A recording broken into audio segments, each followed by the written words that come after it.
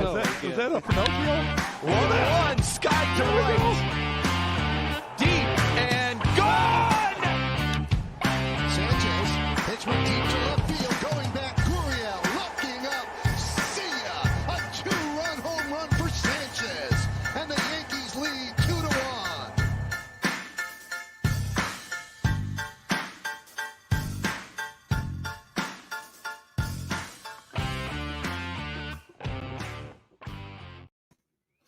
What's up, guys? Welcome to another episode of Between the Lines. I'm your host, Tanner Kern, and this show is dedicated to all things baseball. Thanks for joining me tonight on a Monday. So this is going to be our new time slot. We were previously recording on Sunday nights at 6 p.m. going live. Now we're going to be going live on Mondays at 7 p.m., right when the games start. So put the game on the TV, have me on your phone, have me on your iPad, your computer. Put me on the TV if I'm your headliner. I don't know. But make sure you guys tune in on Monday nights now at 7 p.m. Eastern time. So let's get into tonight's show. First thing, though, if you guys are watching on YouTube right now, smash that subscribe button over on YouTube. If you're watching on Facebook, if you're watching on Twitter, LinkedIn, wherever you're watching, after the show, go to YouTube and subscribe to our channel. We're putting up a ton of content. All the Sports 2.0 content creators. We're putting basketball, baseball, hockey, soccer, you name it. And it's going to continue to grow. And the more audience members, the more subscribers we get, the more we're going to put up there. So make sure you go do that and connect with me during the show.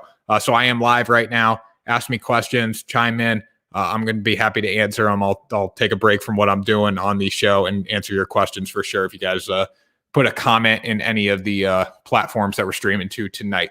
So as usual, let's start with standings updates. So let me share here. All right, so let's start with the American League, guys. Boston Red Sox leading the American League. Not really surprising at first. The first series for them, the first week was pretty rough against the Orioles, but they're 17-12 right now. They're rolling. They're on a 2-game losing streak. I'm a little afraid. I don't think they have enough to finish down the stretch, but we'll see. Toronto is the team to beat right now in the American League East. George Springer has returned to the lineup. He hit 2 bombs on Saturday, which we're going to talk about in a little bit. But Toronto, I think, still got some pieces short. The Yankees in third place. That's the team you got to look out for. And I know I say it every week. I know I say the Yankees are the team to beat, and they haven't seemed to perform, but they're 7-3 in their past 10 games. They're dominating right now. Corey Kluber has found his stride. That's what they needed on the mound behind a guy like Garrett Cole. So look out for the Yankees. Moving forward, the Rays, I just think they don't have enough pieces. And the Orioles, they're at the bottom of the division like we expected. In the Central, biggest surprise in the Central so far is Kansas City. They're coming along. They're a team that can play. They show up to the yard every day. They're fun to watch. You got Salvador Perez. You got Whit Merrifield. You got Andrew Benintendi. If Benintendi would have stayed with the Red Sox would be that much better right now. But they're not going to be there in a couple of weeks. I don't think. Chicago is starting to dominate. They are playing great baseball right now. Everyone is hitting, and we have an interview on here with Eric Neff, the Sports 2.0 content director, and he talks about how Chicago is just spraying the ball all over the field right now, playing extremely well. So look for Chicago to probably be the team to beat in that division. You got Cleveland. I don't think Cleveland's there. I don't think they have enough. They have Shane Bieber, in line for the Cy Young after 1 month of play. They just don't have enough. Minnesota is starting to hit the ball. As you can see, they really cover for tonight's episode. They're gonna be a force down the stretch. I think it's gonna come down to Minnesota and Chicago. But again, a lot of baseball left to play. Detroit, I'll skip them. They haven't even reached the 10-win threshold yet. In the West, Oakland looks good. Seattle starting to slide a little bit. They won 1 game, but they're in their past 10. They're not playing very well. 4-6, as you can see there. Houston, LA, and Texas. I think once Houston really figures it out, they're the team to beat in this division. The Angels are pretty good, but they're sliding as well. 4-6. Ohtani's supposed to go tonight. I don't know if he's going to be hurt. Rumor is he has an elbow injury that he might not start. The thing with the Angels is they just don't have that last pitching necessity. They need a guy in the back end of that rotation to really sum it up. And you need Ohtani in the lineup full time, in my opinion. I think moving forward in the coming years, Ohtani has got to be a guy that just hits. He's got to be your DH. He's more valuable as a DH than a pitcher. Maybe put him in the bullpen. Maybe have him come in relief. But Ohtani needs to be a full-time hitter because they really need to make up for their lack of pitching. Because tonight he's going to pitch. If he does pitch tonight or whenever he starts, he's going to go 5 innings. Then he's got to come out of the game and he can't hit anymore. So that is definitely a problem for the Los Angeles Angels. So we'll transition here over to the National League.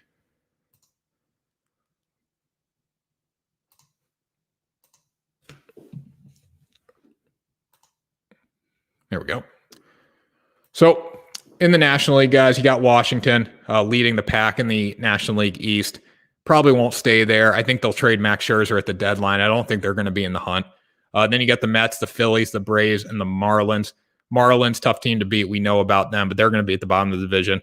The Mets, finally scored some runs last night. It was good to see. But they just have so many holes. Frankie Lindor isn't hitting, but when they turn it on, when this team is at full strength, when they're playing well, they're going to be very good. Philadelphia, I don't think Philadelphia will be in the hunt long term. Bryce Harper is keeping them afloat right now. The Braves, though, the Braves have been very surprising. 4-6 in their past 10. They've lost 4 straight. They need pitching. They need their pitching to start getting better. Ronald Acuna Jr. is hitting balls to the moon. He's leading the league in on base plus slugging, on base average, home runs. You name it. He is leading the league. He is playing great. Freddie Freeman's coming along. He's hitting for power. He's hitting some RBIs, but he's not hitting for average right now, which is a little concerning. But I think the Braves, once they figure it out, they're that team to beat in that division. But they have just been on a slide as of late, and that's been weird to see. Milwaukee, St. Louis, Cincinnati, Pittsburgh, and Chicago in the Central. Chicago is supposed to play the Dodgers tonight. They're not going to now. I think bad weather. That game got canceled. But Milwaukee, look for the Brew Crew to continue taking off. I mean, they're not even playing with Christian Yelich right now. They took 3 of 4 from the Dodgers. And, say what you want. The Dodgers are slumping right now at the plate. I know they had the big explosion on Sunday, but they took 3 or 4 from the Dodgers. That's pretty impressive. So kudos to them. They are my team of the week. I mean, any team that can beat the Dodgers in 3 or 4 games and, be going to a Sunday and with a chance to sweep them, that's pretty impressive. The Cardinals, 16-12. They are the hottest team in baseball right now, 8-2. Eric Neff is going to talk about them a little later as well on the show. But it's a good division. I mean, Cincinnati playing St. Louis, it looks like October baseball in September. This is a really competitive division. I think people were down on this division. The winner wasn't going to finish over 500. The winner will finish over 500. And it's going to be pretty competitive between those top 2 teams like Milwaukee, St. Louis. And I expect Cincinnati to jump in there. I expect Chicago to be in the mix. Pittsburgh will not, but the future is bright for Pittsburgh with that first pick in the draft coming up.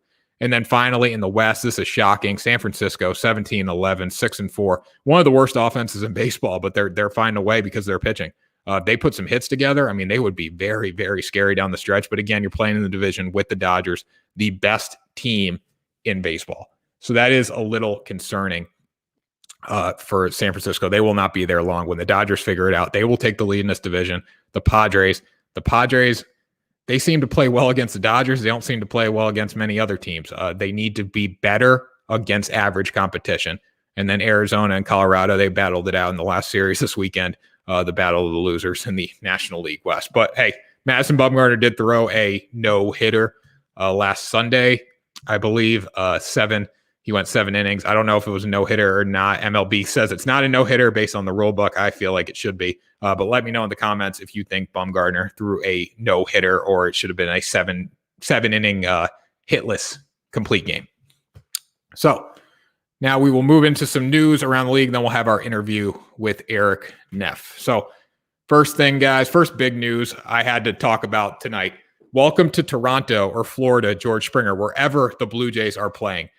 George Springer returned to the lineup. He's been battling groin and hamstring injuries all season long. This is another piece to that Toronto team that's going to be very, very scary. I mean, Springer is mashing balls right now. I mean, he's only played a few games.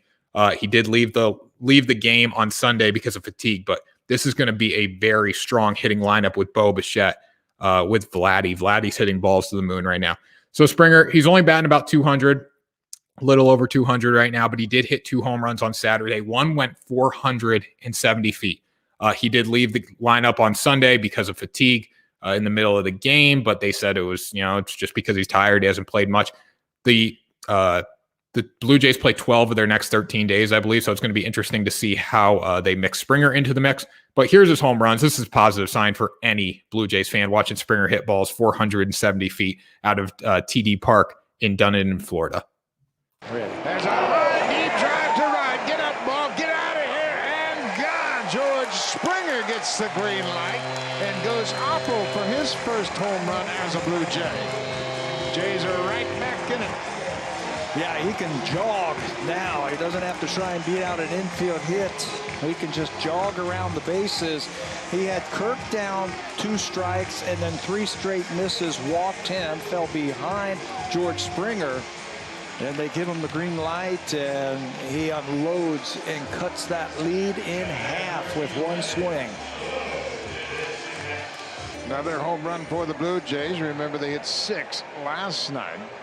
2-run shot for Springer, his first as a Blue Jay. Swing and a drive. He's done it again. Springer on a 3-0 pitch. This was 9 miles. And we are tied. Wow. That's 3 in 2 nights that the Blue Jays have hit on 3-0 counts. Carlos Montoya showing a lot of confidence in his hitters.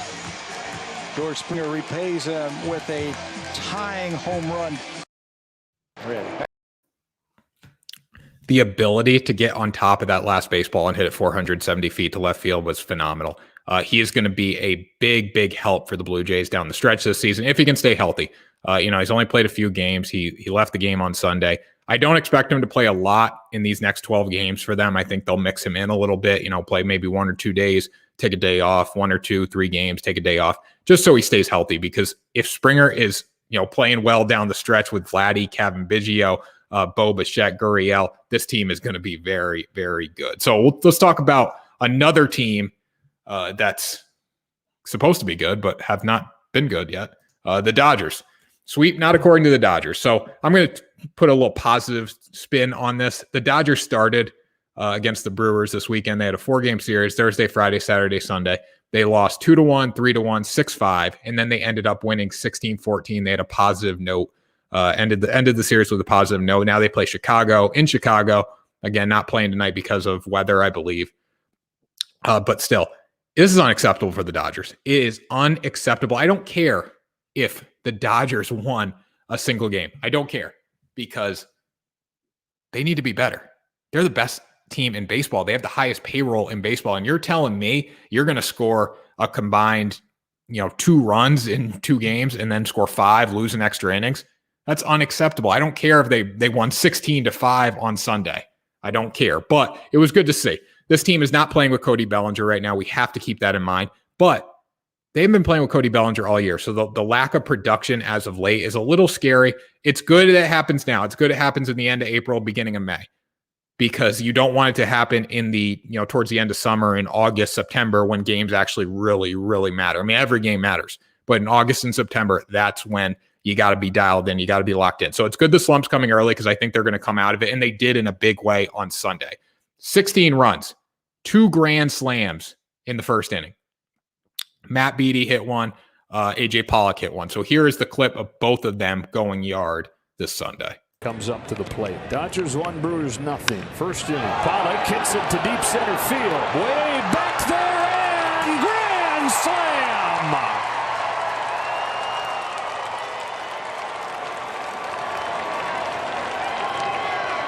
And one big collective sigh of relief from the Dodgers. A 5 spot in the first inning. He golfs the first pitch to deep right. Garcia's back at the wall. It's gone! The second grand slam of the day.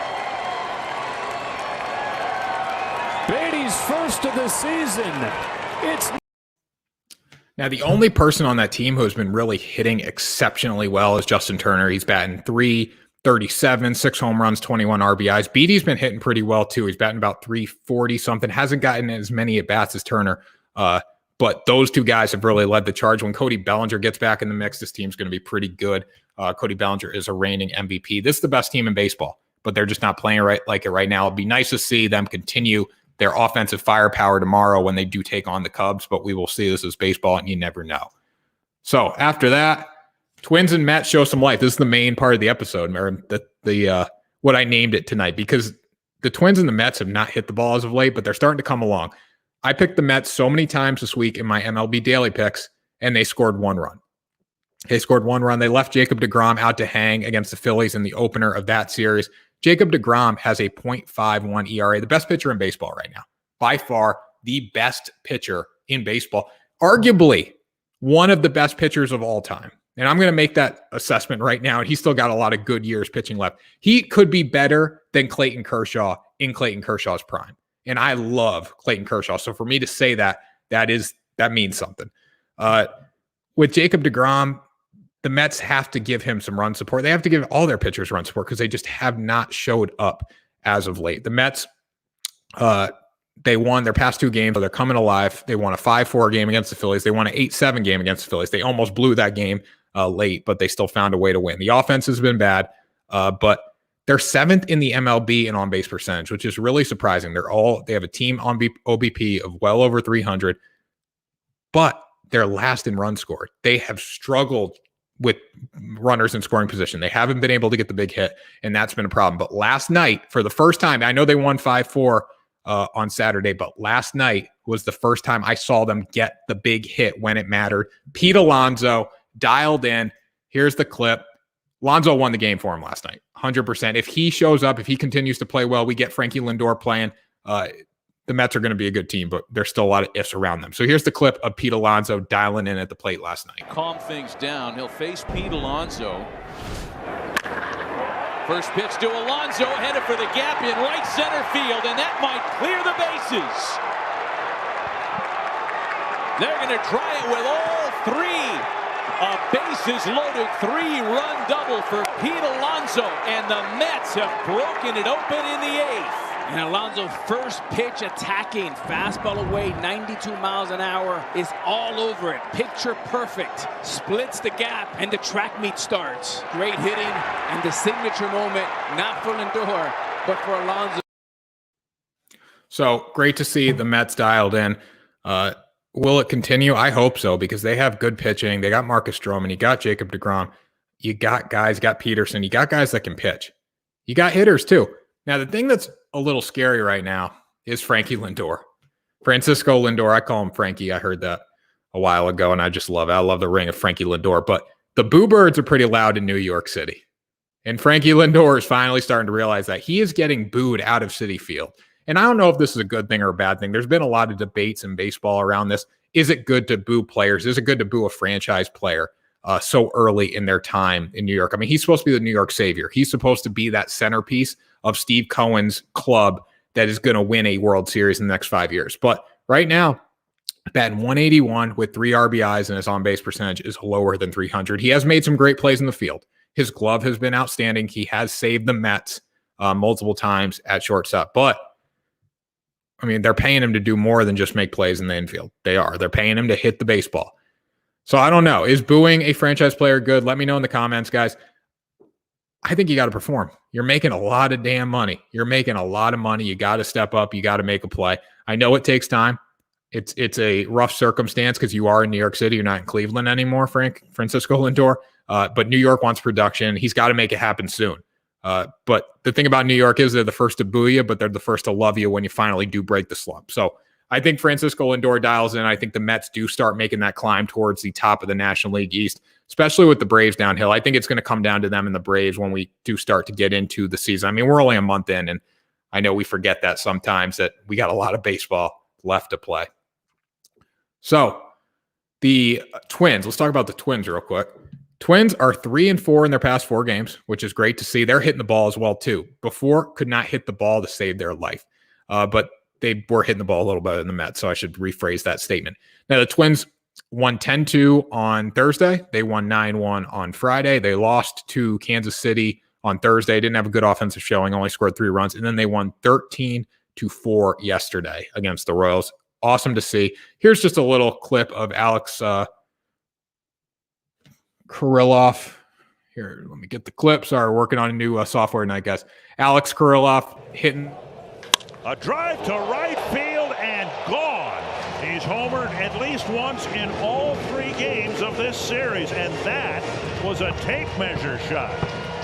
Wow. I mean, that was crushed. They see his approach of left center, left center, left center. Now they're trying to challenge him inside. And we've seen it quite a bit throughout this ball game of fastballs in, breaking balls in.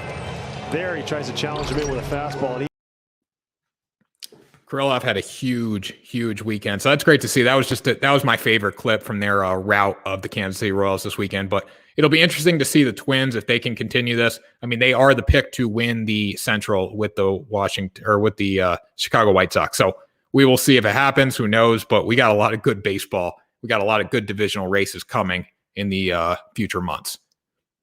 So Corey Kluber wins his 100th game. I just want to throw this in there before we get to the interview with Eric Neff. Corey Kluber won his 100th game on Sunday against the Detroit Tigers. He had 7 innings, I believe. He had 10 strikeouts. So that was just a great moment to see. Kluber, multi-time Cy Young winner, one of the best pitchers of this generation. This is what New York needs. New York needs Garrett Cole to have a guy behind him like Corey Kluber pitching well.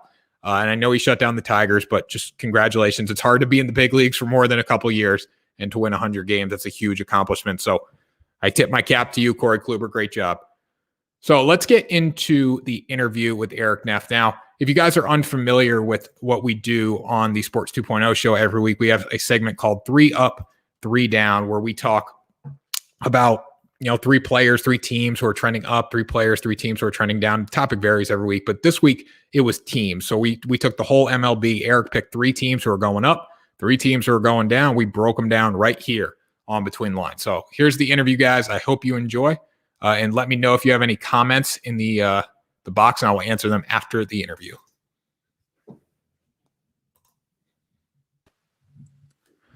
I'm joined by Eric Neff, Sports 2.0 content director. He's a familiar face now, recurring guest on Between the Lines. Happy to have him here. We're doing a 3 Up, 3 Down segment. Eric, how you doing? I'm doing great today, man. They had me out doing manual labor today, so wore out and ready to sit down and talk/watch some baseball. There you go. I'm pumped about this one. So tonight we're going to be talking about 3 teams in the whole Major League Baseball are trending up, 3 are trending down. So let's get right into it, Eric. Who's your down teams? Well, I thought we'd throw this team thing in our 3 Up, 3 Down. Maybe we'll do this occasionally just to let everybody know who's hot, who's not, who we have our eye on. So I really got digging into this thing, and I'm going to start with the down so we can end it on a high note, as always. And this is a team that I'm actually pretty high on for the season, but disappointed with some of their performances as of late, and that's the Minnesota Twins. Once Eloy went down for the White Sox, I kind of picked the Twins. I mean, I never formally did, but I kind of picked the Twins to possibly go ahead and win that AL Central, or maybe at least sneak in on a wild card. I really thought they'd step up and win that Central. The White Sox have played well, however. So, but they can't get it done lately. Their pitching staff just hasn't gelled quite yet. Kenta Maeda is going to be a lot better. His numbers are, I don't think, indicative of how he's going to perform the rest of the season. However, his ERA is over 6. They need a lot more from Kenta. I picked him up in a few fantasy leagues. I'm going to stream him, I believe, tonight, maybe tomorrow. I think he pitches tonight. So I hope tonight is when he starts that resurgence, because they could really use another starting pitcher. I also think that Alex Kirilloff being up, hopefully full-time now, hopefully we see him in the outfield a lot. Hopefully they get him a ton of at-bats, because this is a prospect that I absolutely love. This is a guy could go out and win AL Rookie of the Year for you if he really gets his bat going the way he got it going in the minor leagues, and the way that most scouts seem to think that his upside has. If he can get it going like that, this guy can go out and win Rookie of the Year for you, and he can, potentially lead your team in on a wild card spot, or possibly even winning the Central. So they're 4-6 in their last 10. They're 10-16 overall.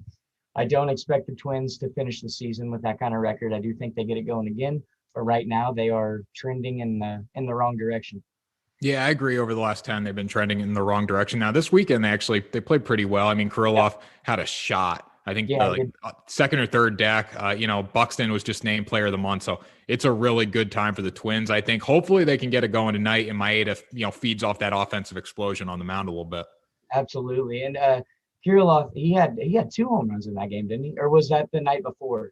I think he hit 3. Yeah, he hit 3 in the series, I believe. Okay, so I think it was 2. Yeah. And then so he's just one day hitting multiple home runs, and the next day hitting moonshots. No big deal. Only in his first week in the MLB here. So I'm excited to see him continue. And Byron Buxton, not only a glitch in MLB The Show, but becoming more of a real problem in MLB real life here.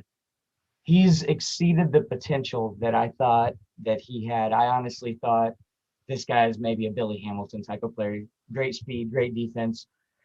But I never really thought that he would get his bat consistent, because it's always been there somewhat, but he's never really been consistent with it. And now we're starting to see a little bit of consistency out of him. So if he can get that bat going consistently, man, you're talking about, I mean, MVP type player with that kind of speed and that kind of defense, man, I would love to see this guy step up and hit 300 at some point. But the Twins need somebody. They need, Kirilloff or somebody else to really pick up that staff right now, because that staff's a little rough.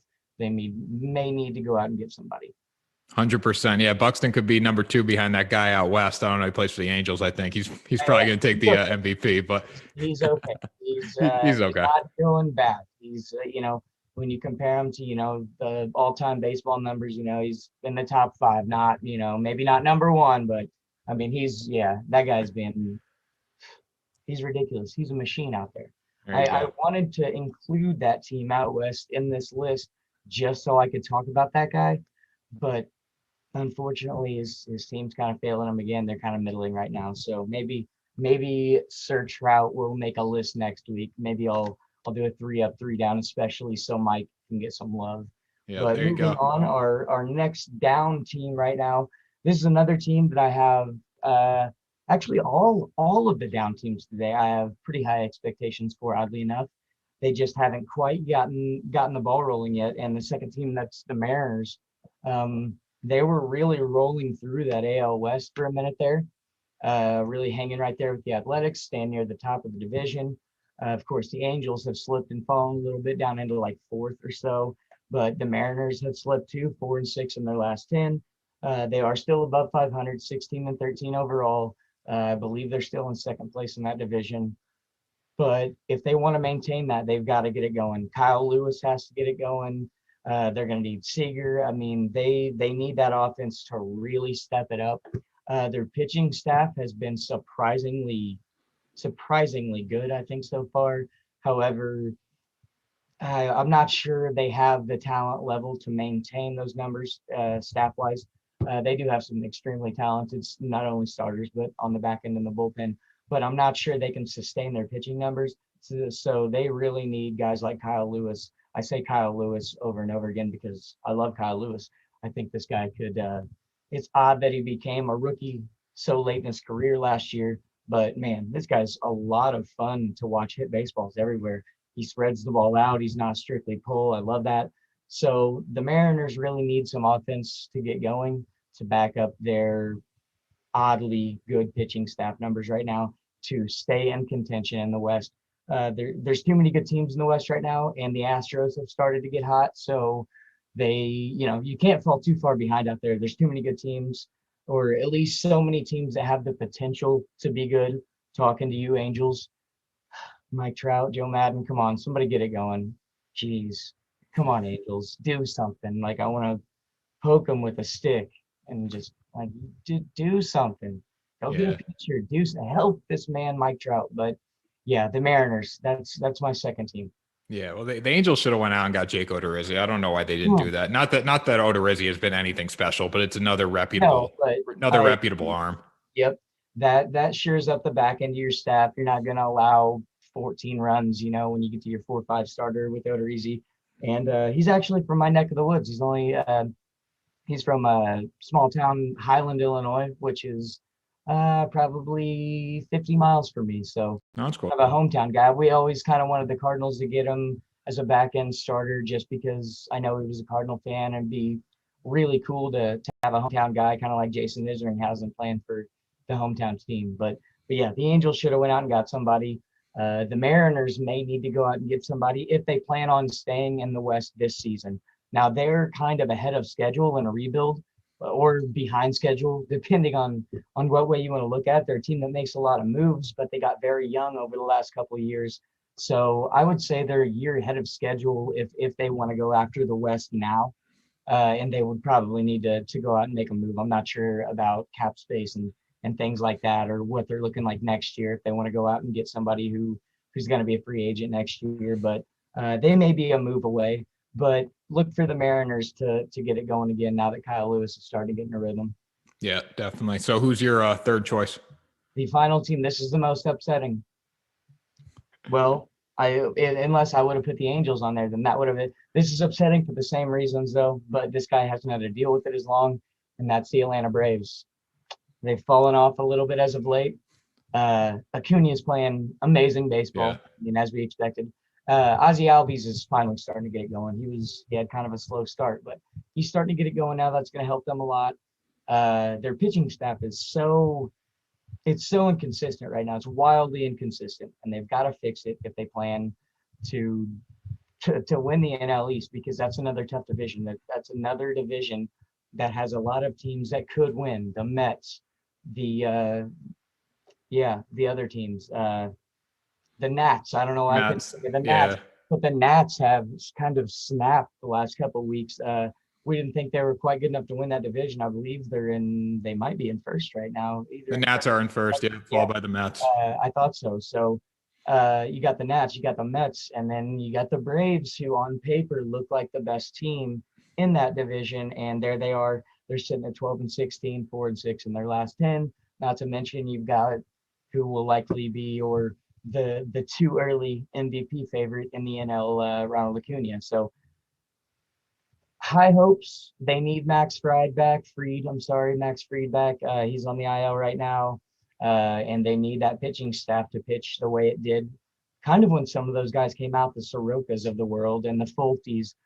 Those guys need to pitch the way they did when they first came up that first season, second season they were up. Right now they're kind of middling with meh ERAs, and that's just something you hate seeing, a middling pitching staff when you've got the possible MVP standing in the outfield. So hopefully they figure it out. I think they're still the best team in the East, and I think eventually they do figure it out and they likely win the NL East. But that's a division, as I said, you don't want to get too far behind early.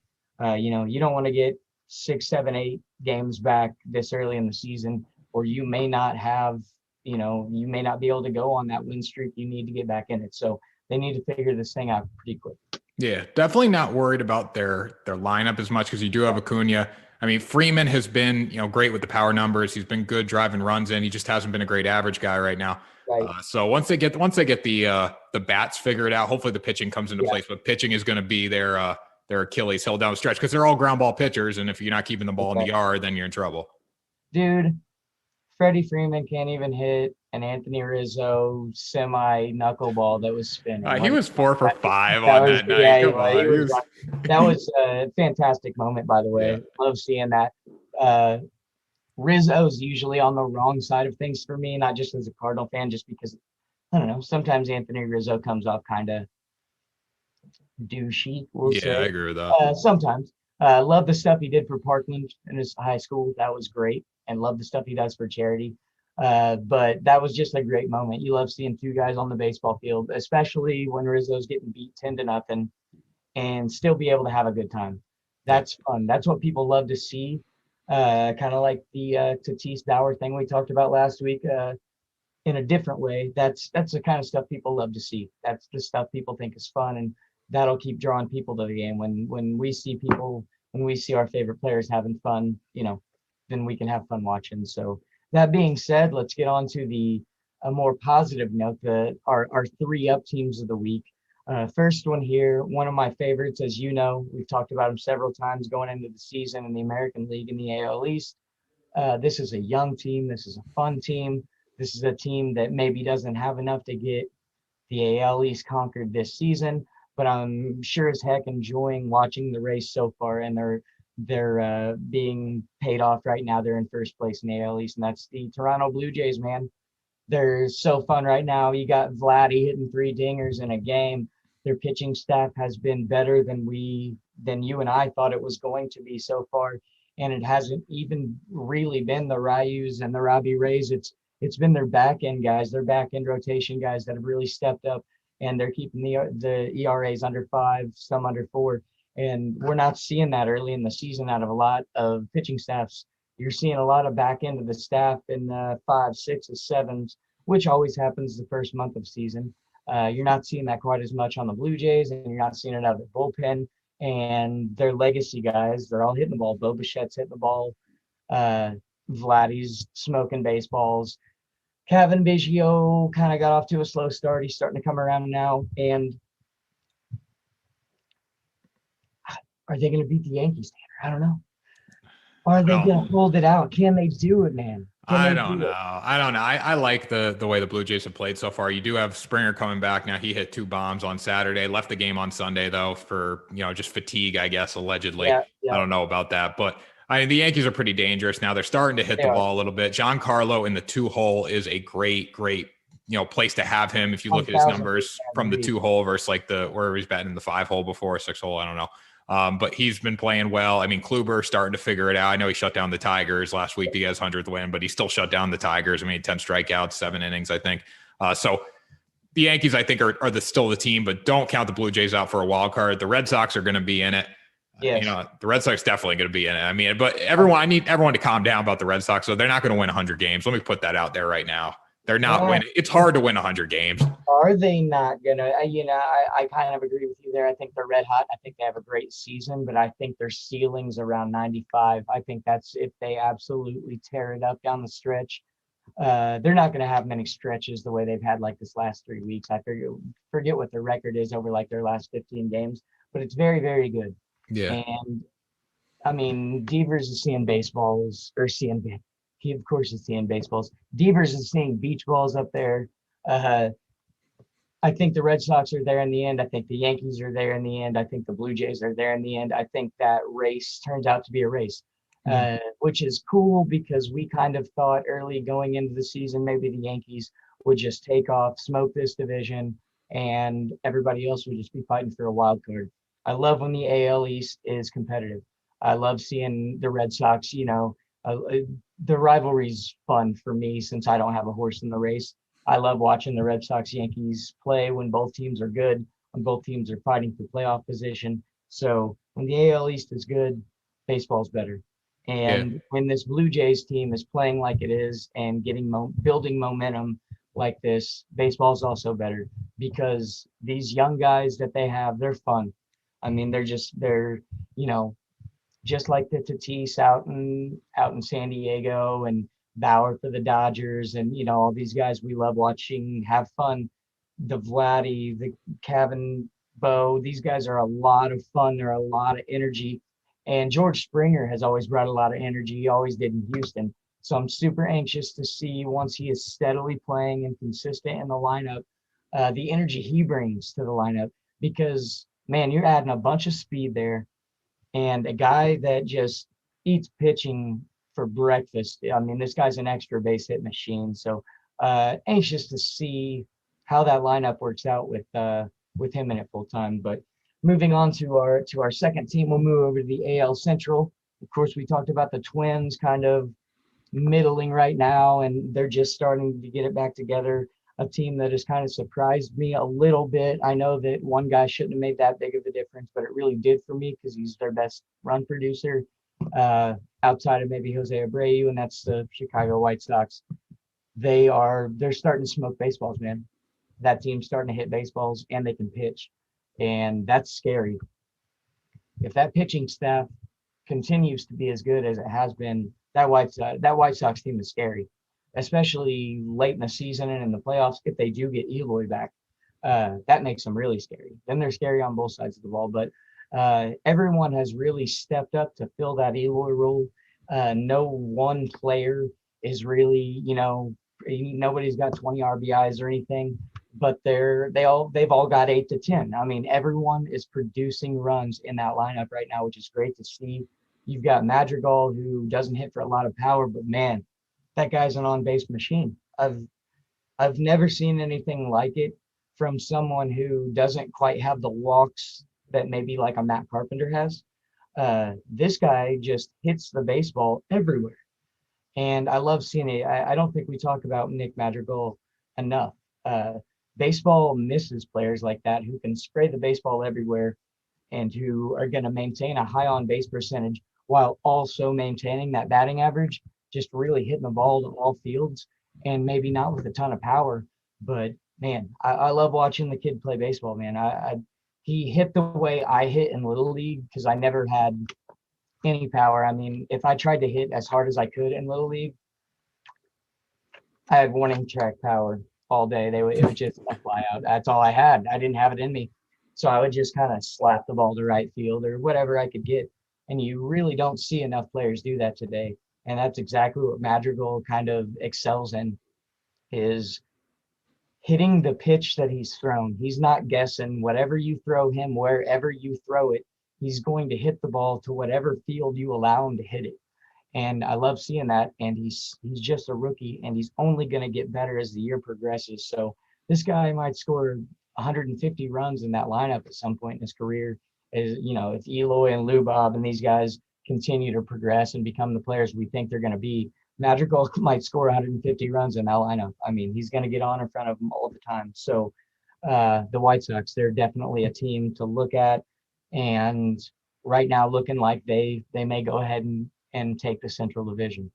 Yeah, I mean, you talk about how important team hitting is. You look at like the Dodgers, who would definitely be on the 3 down right now. Justin Turner is, on fire. He's 337. He's got 6 home runs, 20 RBIs, I believe, 21 RBIs. But the Dodgers as a whole, prior to Sunday, were not hitting the baseball, and they just couldn't win games. So, team hitting is good. I'd rather have 9 guys get with 10 RBIs right now than one guy with 22 and, 8 bombs. Right. I have this argument on Cardinals Twitter all the time, because analytics disagrees with that technically. Like they would tell you that having one guy that can get on base and one guy that's OPS is over 1,000, that's hitting 40, 50 bombs a year, is more productive than having 8, 9 really fast guys that slap the ball everywhere. Mm-hmm. But it's not as exciting to watch from a fan's perspective. I agree with you. I think watching guys slap the ball all over the field, seeing a rally in an inning where you get to see 5, 6, 7 straight base hits, I miss that from when I was younger. The game's even changed from the 90s. It's a lot of bloop and blast play, as they say. So I'm with you. I love watching that. Analytically speaking, I think we're probably wrong on that produces more runs. Mm-hmm. Probably not if you had 9 guys. I mean, if you got 9 guys in the American League that can all slap the ball around like that, you're going to score a bunch of runs. Mm-hmm. So especially with the DH. But yeah, it's really something to think about. And it's I'm with you. It's something I wish we saw more teams do, team hitting. And the White Sox are showing you right now that, forget what the analytics say, we can win like this, and they are. So they're a pretty scary team in the Central when it comes down the stretch. Twins are really going to have to play well to keep up with them. So moving on to team number 3, excuse me while I get a drink. I've been tearing down plaster all day. It's so dry. I apologize. Very excited about this team. Very excited.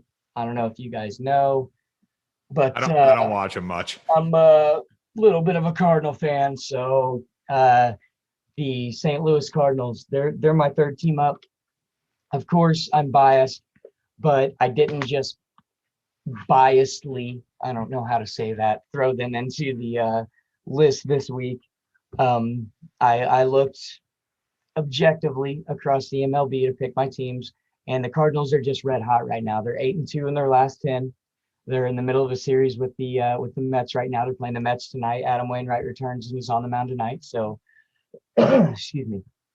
They've just been red hot.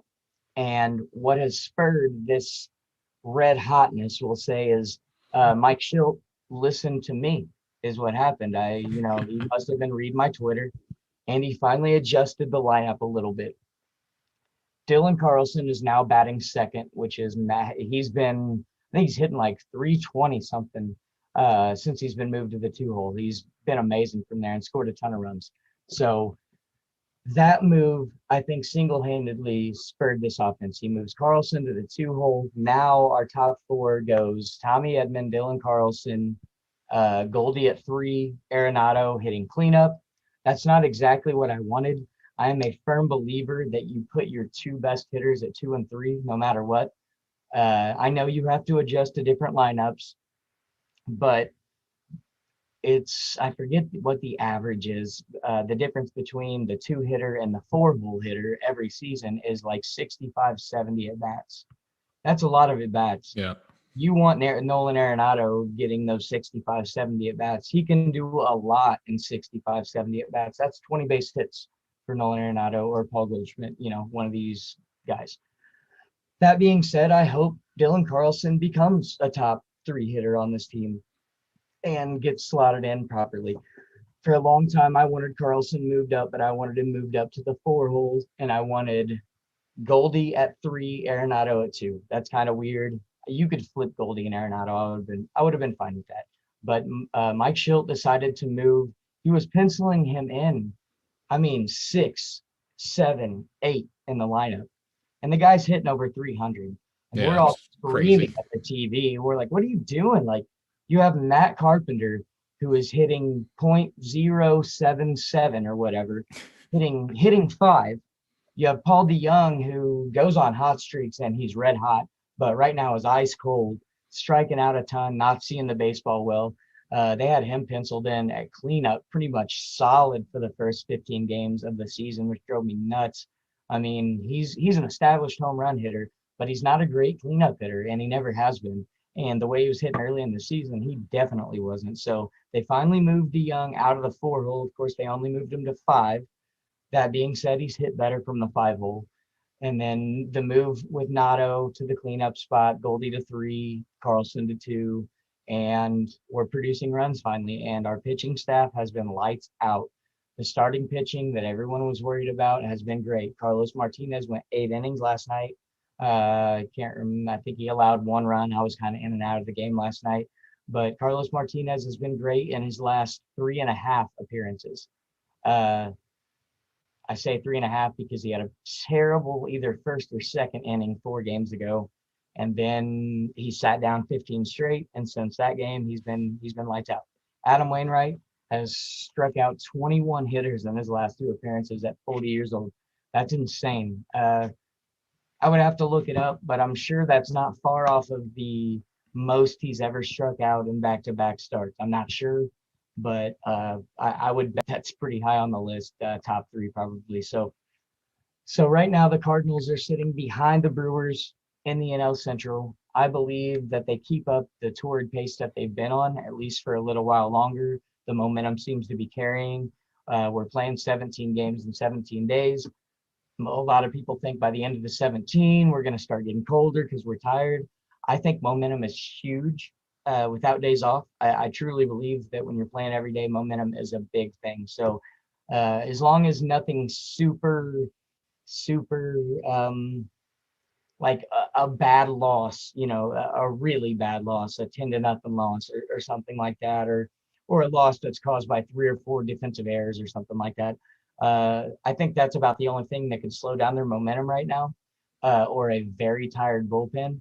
But like I said, the starters have really stepped up. They've been going deep. The bullpen hasn't had as much mileage as we expected, and the offense is finally starting to get going. So I think the Cardinals have what it takes to be a top 3 team in the National League,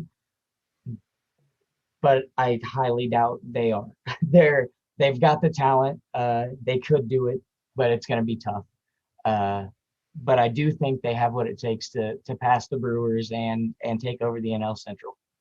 Yeah, I think it's a lot of baseball left to play. The Brewers are definitely my pick right now, especially when they get Christian Yelich back and he starts to step up.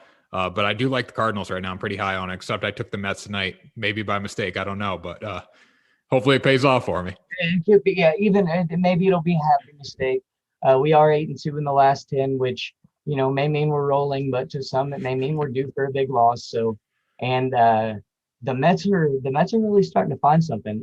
Their lineup's finally starting to hit baseballs.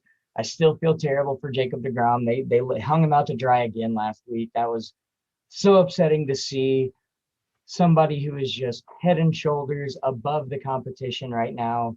And he just keeps getting let down by that lineup in the bullpen. So I really hope that lineup gets it going in New York. I would love to see the Mets take over the NL East and DeGrom win a meaningful Cy Young, win a Cy Young in a year that, maybe the Mets win the East or make it into the playoffs. So, Yep. But like you said, a ton of baseball left to play. Dude, I'm pumped. We're only we're not even 30 games into the season yet. We're not even 30 games into it. We got so much baseball. So much base. May, June, July, August, September, and then October. There's also some huge dates coming up. The service time manipulation day or whatever it is. I usually look it up. I forget what day that is this year. So the day after that, you always get all the big call ups. Bobby Witt Jr., Bobby Witt Jr., Bobby Witt Jr. But I'm really hoping we see some super exciting players come up that day. So that's I think the next date on the calendar, on the baseball calendar, outside of just watching games daily, that I'm really looking forward to. I think that'll be a fun show after that week. Mostly, like I just said, I want to talk about Bobby Witt Jr. This guy's a fun baseball player. JJ Bleday down in Miami, another fun player. I hope we get to see some fun call-ups coming up. And I forgot to mention our honorable mention 3 down, which was the Dodgers, but that's okay because I don't want to spend much time on them. Just Dodgers, hey, you're 3-7 in your last 10. Let's pick up the pace. Let's get it going again. Not worried about you, but let's not let the Giants in first place in the West, please. That would just be weird. So yeah, Dodgers, wake up. That's how I'm going to close this out. Dodgers, you guys better wake up. I'm sure they will. They have the best pitching staff in all of baseball and the best lineup in all of baseball. So it'd be kind of difficult. They'd almost have to try to lose games to not win the NL West. So pick it up, Dodgers. That's what I close it with. And of course, go Cardinals. Keep rolling, man. There you go. Thanks for coming on, Eric. I'll see you next week for another episode of 3 Up, 3 Down. All right. Appreciate it, man. So that was Eric Neff, guys, Sports 2.0 content director. We do that segment every week. He comes up with the topics. So this week it was teams. Obviously, next week it'll probably be players. But make sure you tune in for that next week. Again, Eric's awesome. Huge baseball fan. So I'm going to conclude with my April MVP and Cy Young winners. I don't think this is that hard to pick. In the American League, the MVP, Mike Trout, bat has an OBP over 500 right now, which is insane. The National League MVP, Ronald Acuna Jr., on a team that's not performing well, obviously the Braves right now, but he's leading the league in home runs, RBIs, average, on base, slugging, everything, you name it. He's doing it. Then my Cy Young winners in the American League, Garrett Cole wins in the American League, and then Jacob deGrom wins in the National League. Jacob deGrom could push for that National League MVP. I'd love to see him win the National League MVP and the Cy Young this year, but I think the Cy Youngs are pretty much locked down in New York, both guys. Even though it's only April, I think those guys will be at the top of the list, if not the champion at the end of the year. So that does it for today's episode, guys. Let me know what you think. Who are your MVP and Cy Young winners? Comment at me on social media. Let me know in the comments before we tune off here. But that does it for tonight's episode, guys. If you want to connect with me on social media, at Tanner Kern, it's at Tanner Kern _ on Twitter. But if you search Tanner Kern, you're going to find it. And then at Sports 2.0 Network on Twitter. And then at Sports 2.0 Network on Facebook. We're on Instagram, Noob Sports, all that. So anywhere you guys want to connect with us, you can do it by searching Sports 2.0 Network or looking me up at Tanner Kern. So thanks for joining me tonight, guys. I really appreciate it. Have a great week. Reminder, every morning I go live for MLB Daily Picks, where I pick the winners of today's games, the games for the day. And then every Sunday or every Monday night now, Between the Lines at 7 p.m. So have a great week, guys, and I will talk to you soon.